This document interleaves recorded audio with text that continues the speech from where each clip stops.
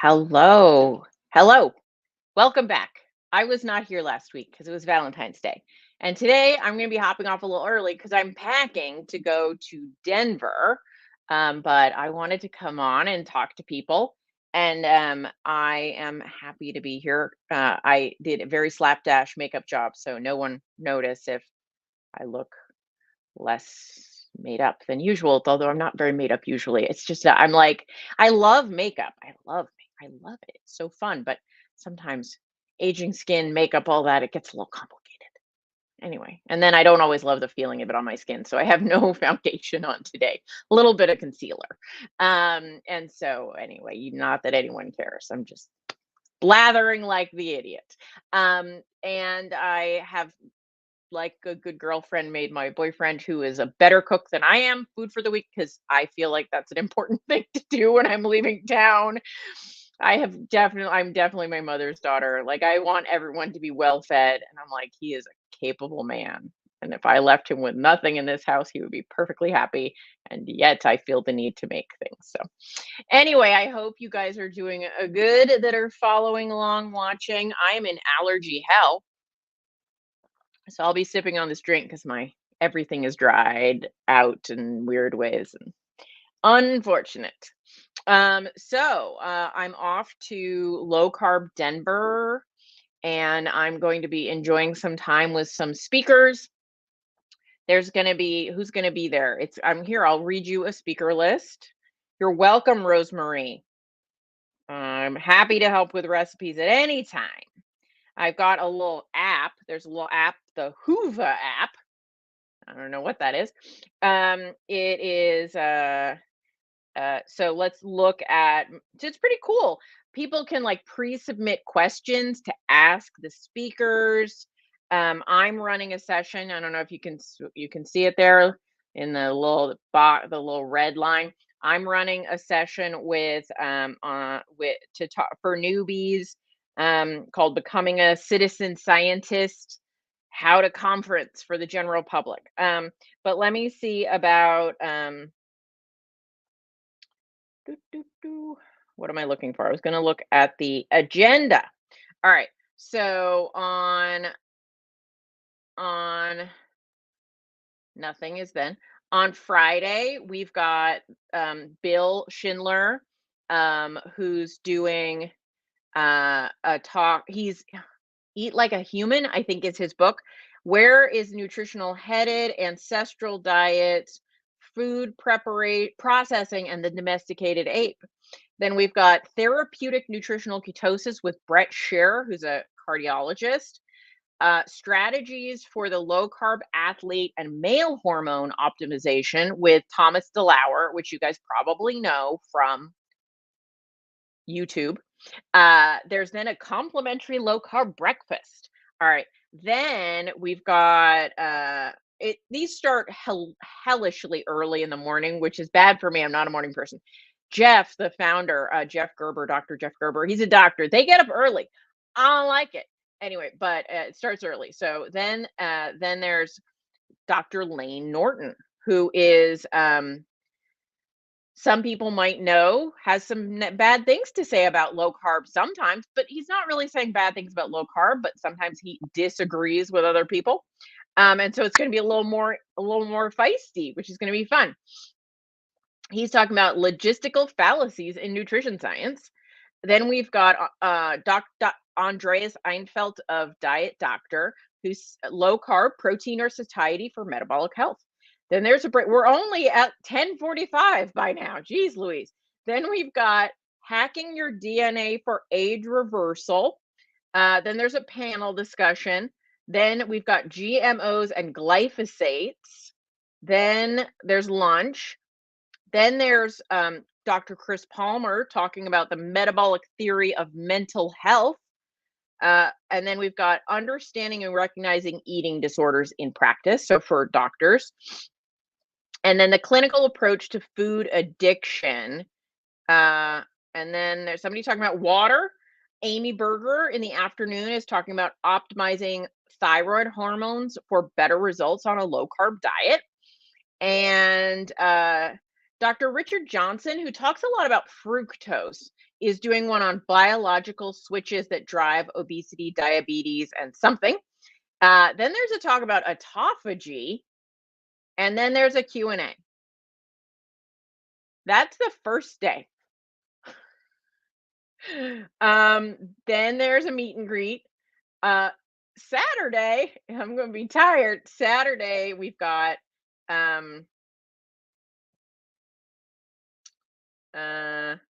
are the dietary guidelines out of step? And that's Nina Teichels, who wrote the Big Fat Surprise. Yeah. The Power of Zero, something about coronary heart disease risk. Is a high-fat diet too harmful to individuals with coronary artery disease, from Nadir Ali. ApoB with Dave Feldman. Carbohydrate diet guidelines with Dr. David Diamond. The Metabolic Continuous Care Model from Dorian of Mr. Mojo of Keto Mojo. We've got my session. Then we've got Treating Diabetes Requires a Whole New Paradigm. Insulin sensitivity in overweight people. That'll be an interesting one with Cynthia Thurlow, who talks a lot about fasting and chronic disease. What difference does it make, with Dr. Peter Bruckner. Demystifying the Carnivore Diet with Dr. Sean Baker. We're only halfway through the conference. Quantum Biology, speaker Q&A, and then, okay, last day. The clinical and economic impact of poor metabolic health for women with Jamie Seaman, a protein-centric perspective with Dr. Gabrielle Lyon, the PhD with Ken Berry, time-restricted eating with Megan Ramos and Nadia, interpersonal care, Q&A, building bridges with public health models, your diet doesn't need a name, just good science with Marty Kendall, Zone 2 training, which is about fitness, pediatric NAFLD, non-alcoholic fatty liver disease, lipedema. There's a section on lipedema, solving the puzzle of a complex fat disorder, and then a wrap-up Q&A. Woo! That's the schedule for Low Carb Denver. If some of you, that sounded really interesting to you and you're within driving distance of Denver, you can buy a one-day pass, and then you can still get a ticket to the whole event if you want to, and then that you can buy to stream it, so you can watch it online. There is a fee, but if those talks sound interesting to you, go to Low Carb look for Low Carb Denver conference, and you should be able to find it. So just want you to know. All right, so let's get into the questions you guys have. Glad you guys are here. My biggest concern is everyone's going to think I'm sick because I'm all sniffly at the conference because I've got such bad allergies, but maybe they'll be better in Denver. Deborah says, I'm looking healthy and gorgeous. Oh, thanks so much, Deborah. I appreciate the compliment. Hey, Rosemary, how's everyone doing? I don't know. How is everyone doing out there? I am halfway packed for my trip, and yeah, experimenting with different vitamins. I'm like looking around. What's going on? Yeah, so there we go. What else is going on the horizon?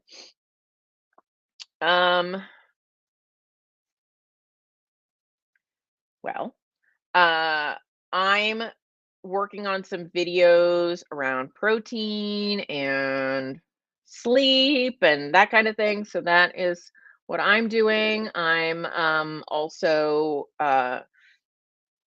thinking about, how to talk about this stuff, just like everything else. So all your questions, anything you're wondering about, it always helps me be better at talking about these things. So I'm looking forward to seeing what Ken Berry has to say in Denver. That's always fun, and mostly just getting into shenanigans. And we'll have a good time. I'm also really excited to see my friends Dave Feldman, Siobhan Huggins, Amber O'Hearn, who just goes by Amber O'Hearn, who's a really cool girl. And she is a long-term carnivore. I'm also looking forward to seeing Amy Berger, who I really like. And yeah, it's gonna be a good time. Does anyone have any questions about any of those things or anything else? I'd love to hear it. Um, I've been doing a little bit of a deep dive into just some background around not Truvia, Optavia, this diet plan that is like a prepackaged food diet plan that a lot of people kind of get sucked into so that I could understand what was the appeal and what are people doing, because I hear from people occasionally that one of their relatives or coworkers is trying it, and like, what do I know about it? So um Grateful Keto says, find carnivore so satiating. I'm not eating enough meat and my iron is low. Any suggestions? So good to know. If you have low iron, one of the things that can happen is I don't know if your iron's always been low, but um, I had a real struggle for a long time absorbing iron from my food because I had some gut issues that I had to clean up. But going carnivore was the best thing that I could do to help my gut heal. And once I did that, I found after a while I was absorbing iron better. So that's, one nice thing. But I would say if you're finding the carnivore diet so satiating that you're not getting enough protein and or you're not getting enough iron, I would obviously concentrate on red meat, which is higher in iron than other forms. I would also maybe go with a slightly leaner cut of meat, something like a strip steak or adding in some flank steak or something a little leaner than maybe a high fat ribeye. Not because the fat is bad, but because it can be so satiating that if you go with a slightly leaner cut, you'll end up eating more of the meat and the iron is not in the fat. Now it's in the other part. It's in the meaty part. So a leaner cut of steak per calorie is gonna have more iron in it, and you'll probably be able to eat more of it than something that's a super fatty cut. So that's one thing perhaps to address. I'm not saying don't eat fat. Low fat carnivore is miserable, but maybe just sort of shift things a little bit might make it easier for you to get a little more of that iron into your diet. Diane asked, do I use bulletproof coffee with MCT oil or coconut oil or grass fed butter? No, I don't do any of it. I don't do bulletproof coffee. I'm not like, there are exceptions to the rule, but I don't put a lot of fat in my coffee. I find much more satiation from eating, chewing, and having fat more with my meals. One of the benefits is that a lot of the things that one eats in a meal have vitamins and minerals in it that are helped by fat to help you with the absorption of those vitamins and minerals. But if I'm just having isolated fat, then I'm not optimizing the absorption of vitamins and minerals in my meal. And so I don't like to separate the fat out. Now I'll have a little fat in a coffee, maybe a little half and half or something like that. I'm not like, oh, I can't have any. I'm a zero, none. But I don't like a lot of fat in my coffee. One, it gives me heartburn, and two, it feels like a waste. So I think that fatty coffee is not the best. Joyce said, if I go in and out of ketosis with all that meat, will all that meat fat clog up my arteries? No, no, no, no. So meat fat doesn't clog arteries, whether you're in ketosis or not in ketosis. It's not the state of ketosis that does that. Now, I will say that being in ketosis um, does help with inflammation. So things can often be clearer. You can often have a better arterial response. You can have less arterial inflammation, which will cause constriction and buildup. But you don't have to be in ketosis to have a healthy diet. And so, no, the meat fat will not clog up your arteries. Um, what did I miss? Let's see. Val says we have friends in Optavia, and I always thought it was Optavia, but apparently it's Optavia. Um, in my opinion, it's terrible for you. Yes, that is also my opinion, Val. Also my opinion. Um, Terry says, I have wanted to like carnivore, but I hate it and find it's not sustainable for me. And that is so important, Terry. Like, I don't hate carnivore. Like, if I have a carnivore meal, I usually love it, but I don't want to live my life that way because I like a lot of things that aren't carnivore. And so we all have to find the path that works for them. I found a period of doing carnivore very helpful for me from an experimental standpoint, from feeling out how my body responds. It also seemed to be helpful for my gut health. But no, I don't want to live that way for my life either. Hey, Dennis, chances of a book collaboration with Amy Berger? Probably not, but never say never. Hold on. She is currently collaborating on a book about thyroid health, which is awesome. So we both do books and we both collaborate. So sure, maybe. We just don't have a topic we're talking about right now. We certainly love each other and have a great friendship and totally respect. At least I really respect her. I think she respects me from a per, what am I thinking? A professional perspective. Larry says, I noticed how much work stress elevates glucose with my CGM during the day. Is that cortisol? Generally, yes. Yeah, high stress will raise your blood sugar so much. And so for a lot of people, what they realize when they get a CGM is that the food is not the biggest factor in their roller coaster blood sugars. In fact, it might be their stress level. So, what are the strategies to combat high cortisol and high stress? A couple of things. One of which is make sure you're getting as good sleep as you possibly can. So, good sleep can be beneficial.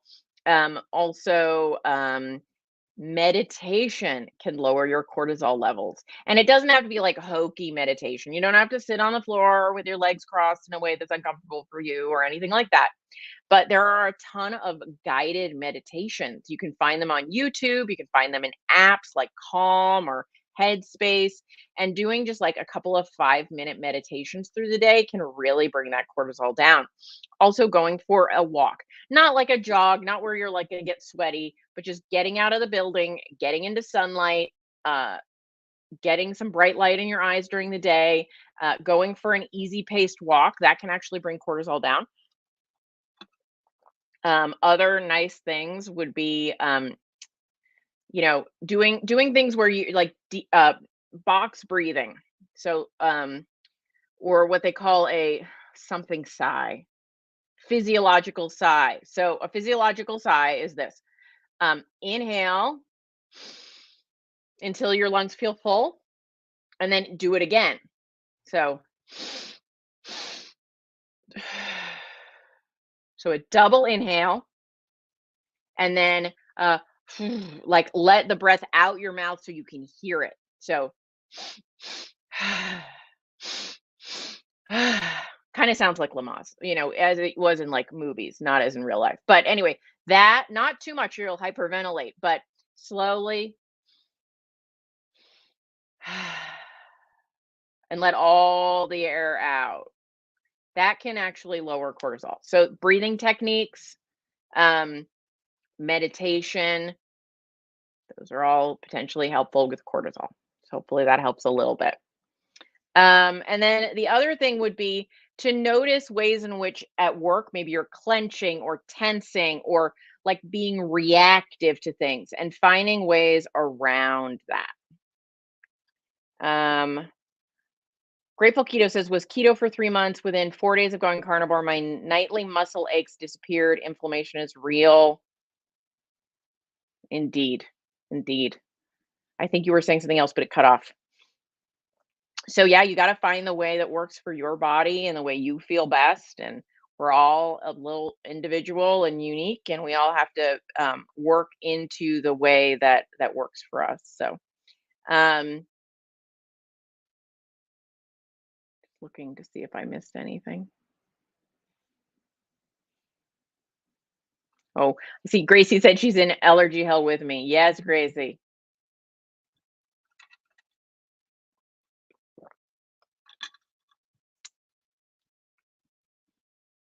All right. What else is going on, people? Any questions? There are also a bunch of there are going to be a bunch of sponsors at this. So let me see if I can see the sponsors. Maybe that'll be interesting.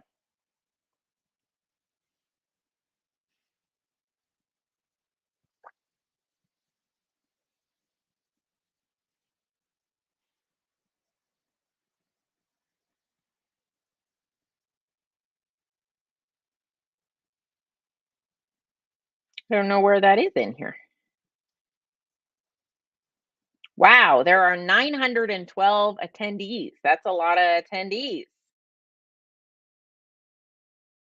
Oh, here it is. Sponsors. So the DNA company is sponsoring. Dry Farms Wines, Bio Coach. Floor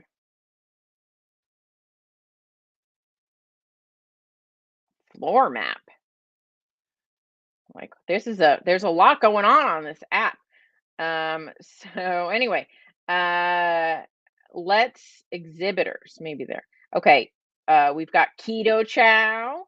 We've got Audacious Nutrition. Maybe I'll have to do some reports on these things. Bone Appa Beverages. I don't know what some of these Keto Mojo.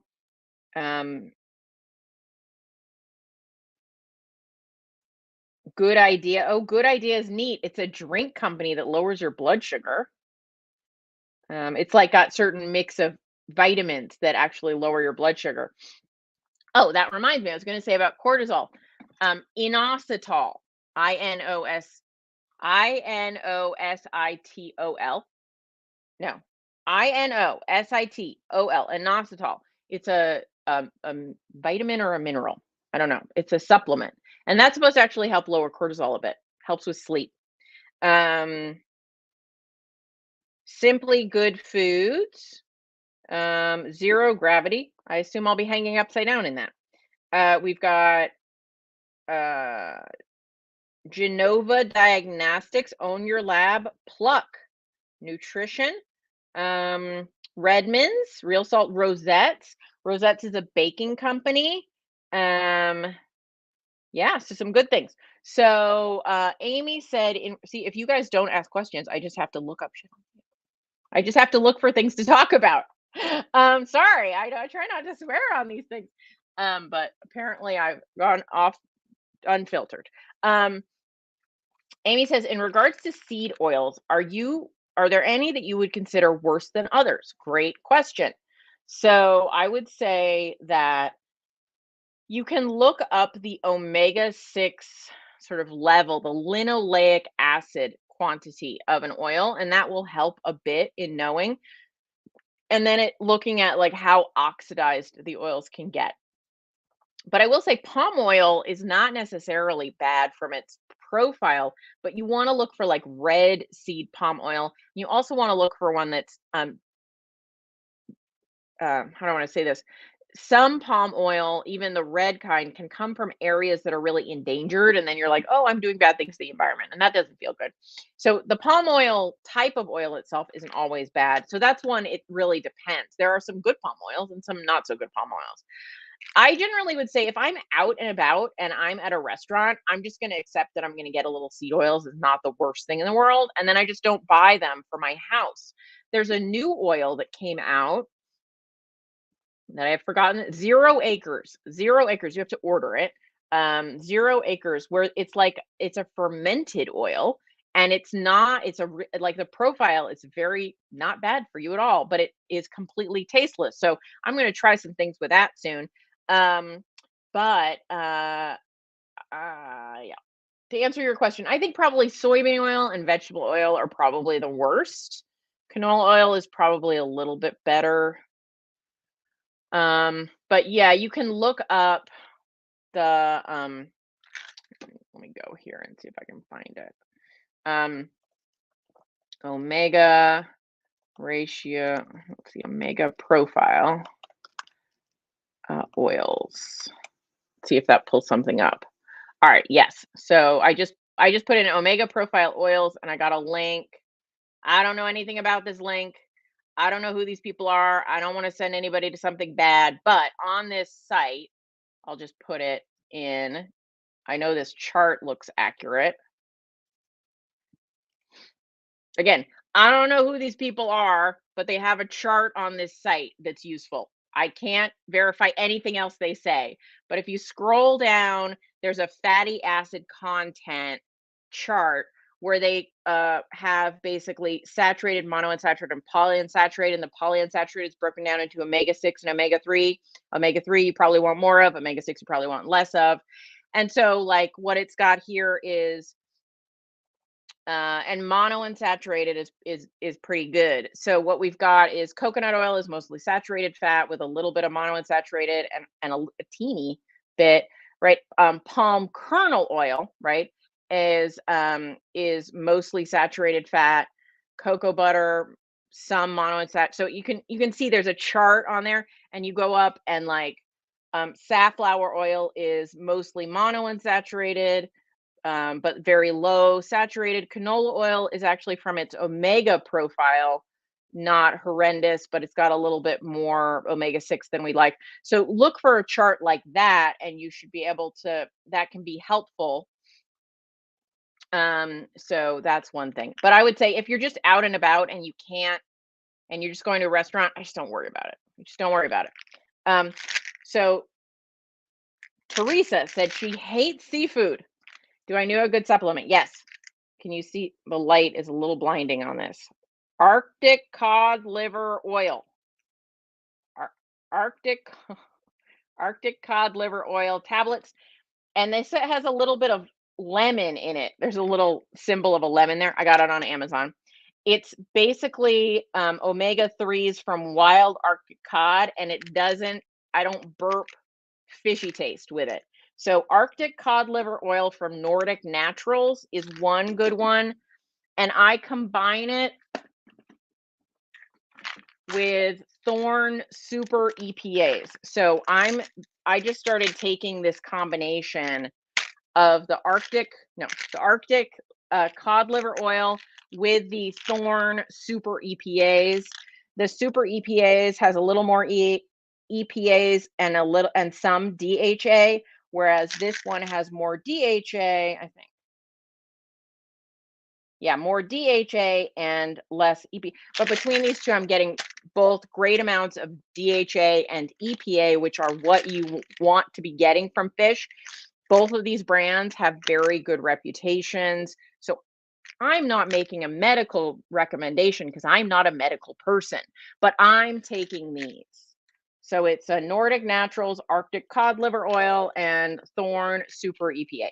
I learned about the Super EPA from Andrew Huberman, and apparently it's helpful for sleep.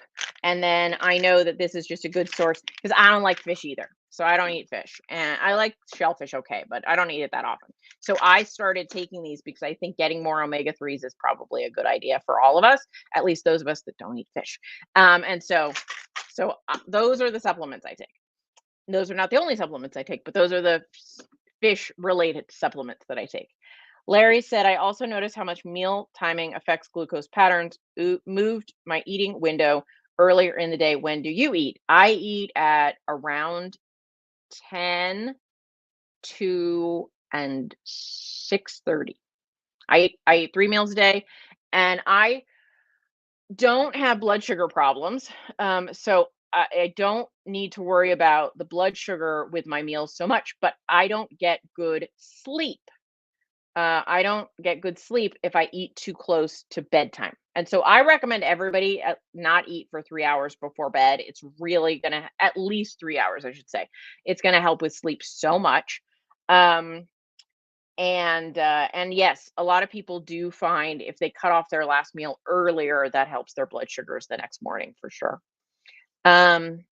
Semi crazy keto gal says, have you tried metabolic flexibility? I got a lumen and it doesn't follow keto guidelines. I'd say this is, are you eating progressively more food? Crazy semi crazy keto gal, because that reverse dieting is not a dietary pattern. It's not like a dietary pattern in terms of the types of foods you eat.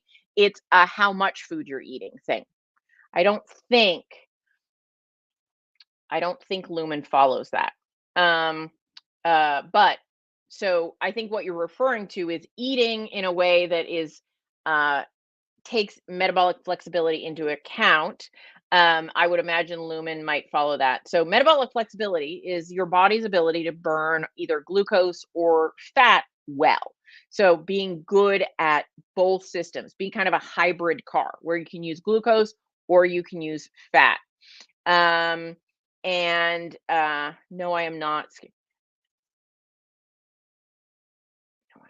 Sorry, I semi crazy keto gal. I don't I don't know what that was regarding. I don't I have used something like a lumen, but haven't used a lumen.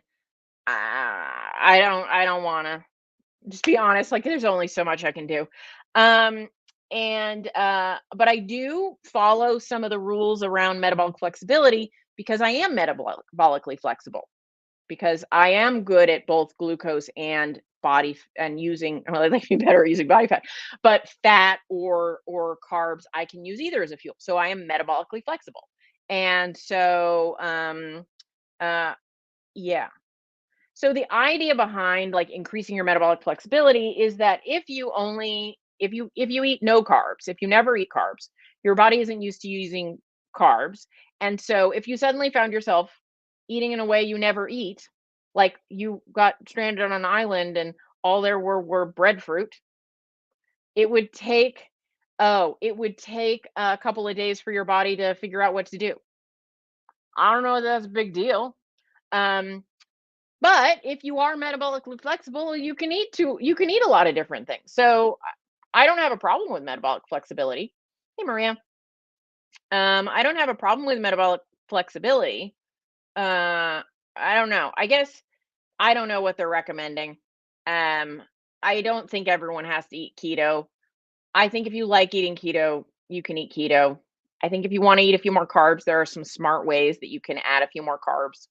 Um, so I don't know. I don't what I do know is that if they're saying we can tell exactly the way you should be eating based on how much acetone you're exhaling in your blood, I think they're full of bananas. So and I would substitute another word for bananas. But yeah, but but if you love the way you eat and you're healthy and you feel good and life is working for you, I don't think you have to eat a different way. Now, if you're like, I don't love the way I eat and this isn't working for me, well, then you have to do some exploring. But don't let any apps talk you into something that doesn't work for your life. Amy says, I ordered Common Sense Labs today. Yay, Common Sense Labs. Woo. Will it help in figuring out what labs to order from a private lab like Own Your Labs? Yes. Yes. In fact, let's see. In here, the page may change. We're doing a new version. There's a page with a list of Common Sense Labs annual panel. What we believe you should be testing every year. And there's a list. And then there are pages after that where we explain what it's testing. And then in the back of the book, there's a whole what should my numbers be? And so, yes, we do tell you what you should be testing. And so, what we say is this is what everybody should get tested. And then we say if you have certain very common health concerns, like you're worried about your thyroid numbers or things like that, we have some, and then add these if you're having some of these concerns. So, yes, we do, in fact, have that. And then, we don't go deep into like cholesterol because that's a complex topic. But there is a page where we say, hey, if you're interested in cholesterol, you'll want to look at these resources.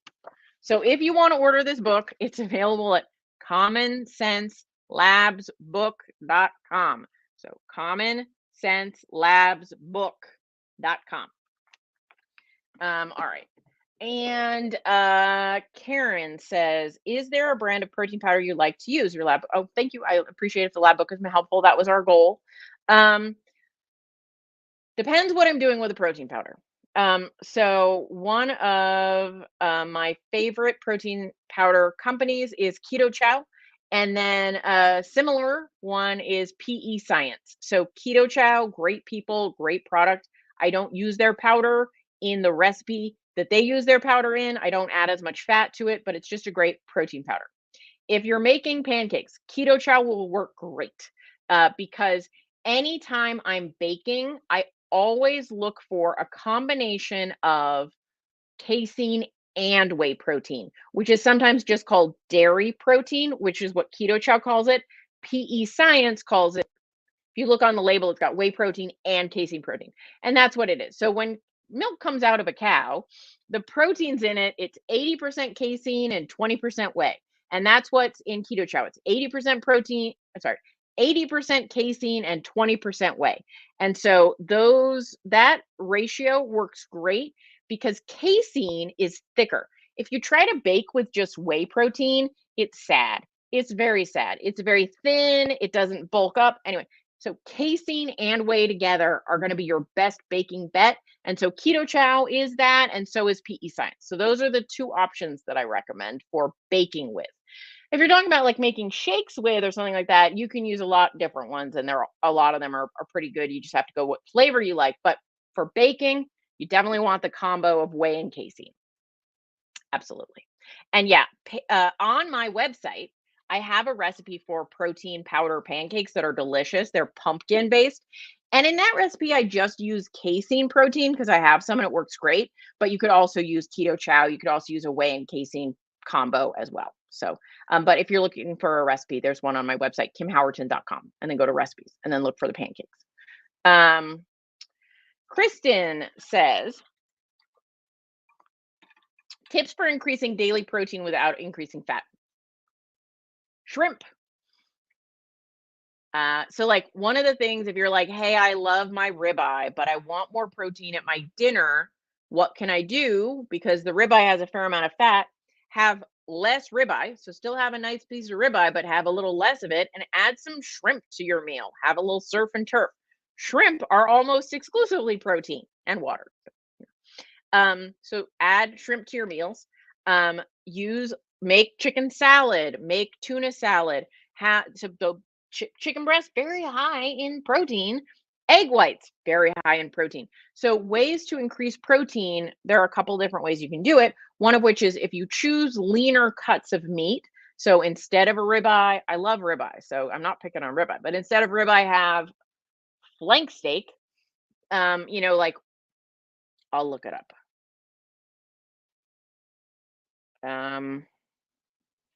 Just so I'm giving you the right numbers. So, like 5 ounces of sirloin tri-tip, as an example, has 37 grams of protein, whereas 5 ounces of ribeye has more like, let's see, let me put it in here and then I can see.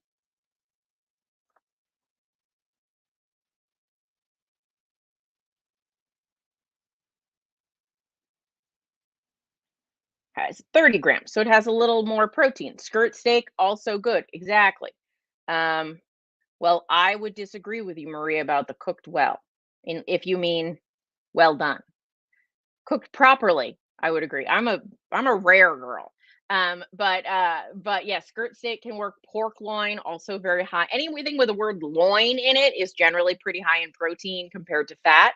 So when I started to try and eat a higher protein diet, I sort of just took a look at the protein sources I was already consuming and could I switch them out for something else that has more protein per ounce. And so flank steak, pork loin, if I have eggs, instead of having 6 eggs, I might have 3 whole eggs and a bunch of egg whites with that because the egg whites are just protein. But I want some yolks because they've got choline and just really good vitamins and minerals for you, and you want a little fat. So I am not like all egg whites, but I'm also like, hey, if I add a few egg whites, they'll up the protein of this. Or a great breakfast thing to add: Canadian bacon. Canadian bacon is very high in protein and low in fat. So some eggs, some Canadian bacon, your breakfast just went way up in protein. You can, yeah. So ways to add more protein: pick leaner meats that have more protein per ounce. Add higher protein things like shrimp, egg whites, um, chicken breast, pork loin, Canadian bacon to your day. Things like Greek yogurt and cottage cheese are also fairly um, high in protein and lower in fat. So I make sauces with Greek yogurt, and then that bumps up the protein. So all of those things are ways to get more protein in my diet. Um,